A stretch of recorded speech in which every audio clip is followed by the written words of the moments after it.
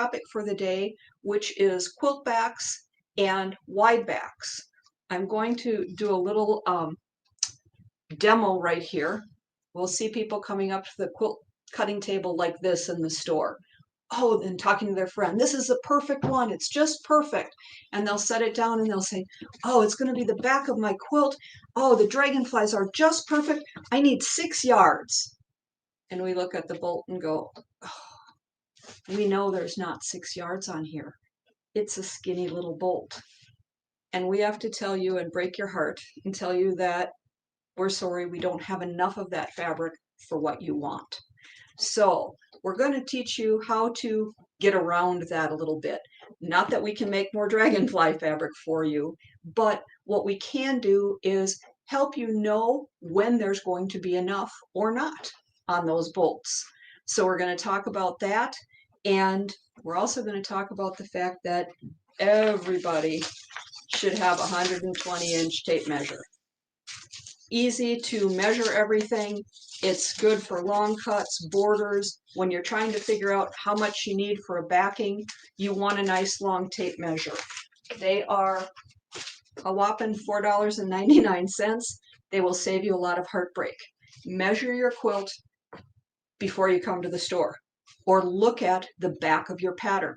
The back of the pattern will tell you you need 6 yards for your back, or you need 3 yards for your back, whatever it is. When you come in and say, yep, I need to get the back of a quilt, it's queen size. Queen size doesn't tell us anything. Queen size quilts range hugely. Do you have a thick mattress? Do you want the sides to go to the floor? Do you want to just cover the mattress on the side? Do you have a pillow tuck? How long do you want it to be? Queen size or lap size means nothing, because everybody's description of what that is different. A lap size for me is at least 72 inches tall, or it doesn't cover my feet if I want to wrap around my feet. Somebody who's about this tall, a lap quilt might be 50 inches wide and 60 inches tall. Very different measurements, very different amounts that you need for the back of your quilt. So if you measure your back, or measure your quilt, or look at the back of your pattern before you come in, you will know that I need 6 yards, or that my quilt is 49 by 72. Once you know that measurement, we can easily help you calculate how much you need, or you can also do that calculation yourself if you know how. It's not difficult, but you want to be able to know when you come in the store, if the first thing you're going to do is, I've got my quilt, I'm going to match my fabric. You don't want to walk around and say, oh, I love this, and then find out there's not enough. If you know coming in you need 6 yards, then the next thing you need to know is what we're going to share now. How much fabric is on this bolt? How much fabric is on this bolt? And how much fabric is on this bolt? They're very different thicknesses. You can just glance and say, this one's pretty skinny. This one's about half the size of this one. Okay? A full bolt coming in from the manufacturers to us is about 15 yards. So a large bolt, really big one, is going to be 15 yards. One that's about half that size is going to be 7, 8-ish yards. One that's getting real skinny, how do I tell? Well, there's an easy way to do a quick approximation of how much fabric is on a bolt. If you look, there are folds of fabric here because it's wrapped around the bolt. Approximately 2 folds, 1, 2, is a yard. So that's 1 yard, 2 yards, 3 yards, and I'm counting every 2 folds becomes a yard. When I count this, I find out that there's about 8 yards on here, which tells me if I need 6 yards for my back, this bolt is great. How much is on here? 1, 2, there's only 2 yards on here. That's not going to be enough for my quilt. So when I walk around the store, I don't fall in love with a skinny bolt. I actually know enough to say, don't even look at those really skinny ones. They're not going to be enough unless you want to piece your back. You could use a piece of this and then add some other fabrics and sew pieces together to create a back if you truly love that fabric. But it also makes a lot more work. So that is the key to how much fabric is on a bolt. The other thing I'll mention is batiks. Batiks are much thinner when they're wrapped on the bolt. They're just wrapped tighter when they come in.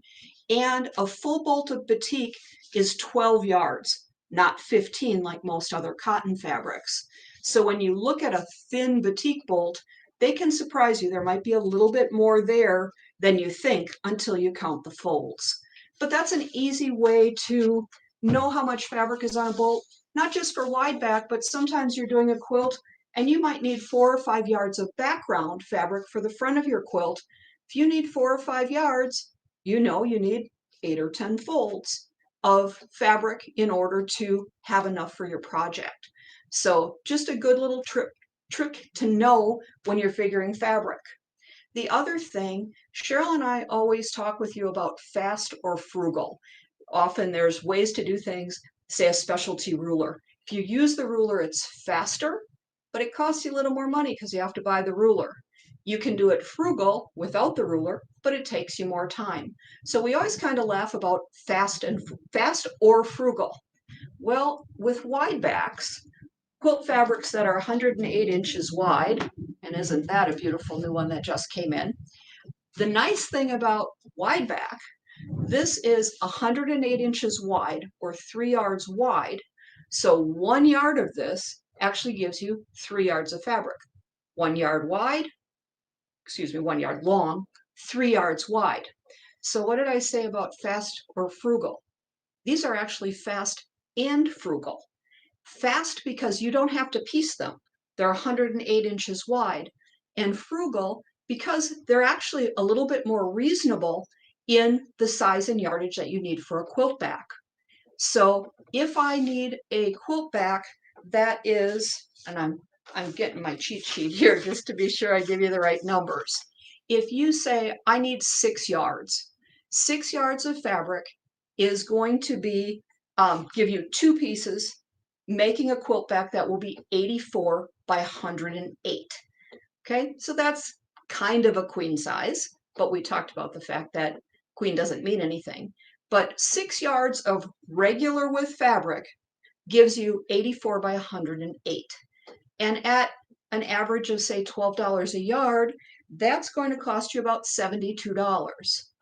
A wide back, in order to get a piece that's 84 by 108, takes 2 1/3 yards. So 2 1/3 yards at, and I picked the high end about $22 a yard. Some of them are as low as $15 a yard. Again, remembering a yard is actually 3 yards because of the width. But 2 1/3 yards is actually going to be $52. So I can get my 84 by 108 piece of fabric. This is going to cost me $52. This one is going to cost me $72. So it is not only faster because I don't have to piece it, but it actually is more frugal. So it's interesting. The negative is, obviously, this comes in a limited number of bolts. Bolts in the store, we've got thousands and thousands to choose from. Remembering you have to pick the thick ones if you want a quilt back. But wide backs, we have right now, what did I count? We have 53 different wide backs in stock right now. So there's a nice selection. It's not as broad as the rest of the store, but we have 53 in stock. We're continuing to get more and more. So we've got over 20 on order now that will be coming in over the next month or two, and we keep ordering more and more. So if you come in knowing how much fabric you need, check the wide back area first. The other thing is sometimes when we're at the end of a bolt on wide back, we might only have maybe 1.5 yards left. So that piece might be 54 wide by 108. And those we wrap and we sell just those pieces. And they're always at a bit of a discount. So that may work for what you need. Maybe have to seam it, might be wide enough if it's a baby quilt or a smaller piece. Oftentimes people say, oh, I don't need 108. That's so wide. I don't need all of that. Well, you can use the excess for the binding if it works well with the front of your quilt. Sometimes it coordinates nice for the back, but it isn't quite a good enough match that you want to use it for your binding. So that leaves you that leftover chunk. Well, that big piece left over is wonderful for the back of a baby quilt, the back of runners, wall hangings, placemats. So it's not like you say, oh, that extra 36 by whatever width piece is